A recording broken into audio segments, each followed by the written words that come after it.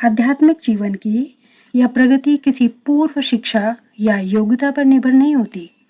यह विधि स्वयं इतनी शुद्ध है कि इसमें लगे रहने से मनुष्य शुद्ध बन जाता है।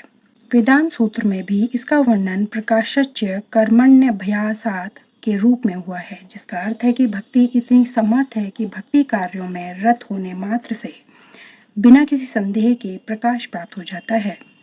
इसका उदाहरण नारद जी के पूर्व जन्म में देखा जा सकता है, जो पहले दासी के पुत्र थे। वे न तो शिक्षित थे, न ही राजकुल में उत्पन्न हुए थे, किंतु जब उनकी माता भक्तों की सेवा करती रहती थी, नारद भी सेवा करते थे और कभी कभी माता की अनुपस्थिति में भक्तों की सेवा स्वयं करते थे।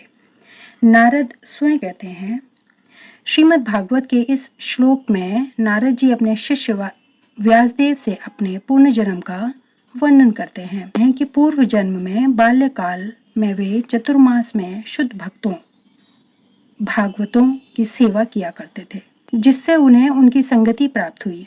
कभी कभी वे ऋषि अपनी थालियों में उच्छिष्ट भोजन छोड़ देते और यह बालक थालियां धोते समय उच्छिष्ट भोजन को चखना चाहता था।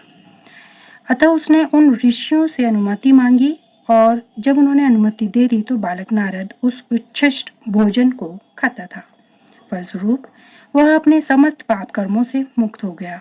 ज्यों ज्यों वह उच्छिष्ट खाता रहा, त्यों त्यों वह ऋषियों के समान शुद्ध हृदय बनता गया।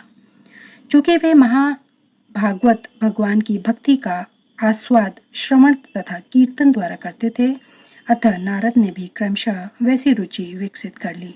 नारद आगे कहते हैं, ऋषियों की संगति करने से नारद में भी भगवान की महिमा के श्रवण तथा कीर्तन की रुचि उत्पन्न हुई और उन्होंने भक्ति की तीव्र इच्छा विकसित की।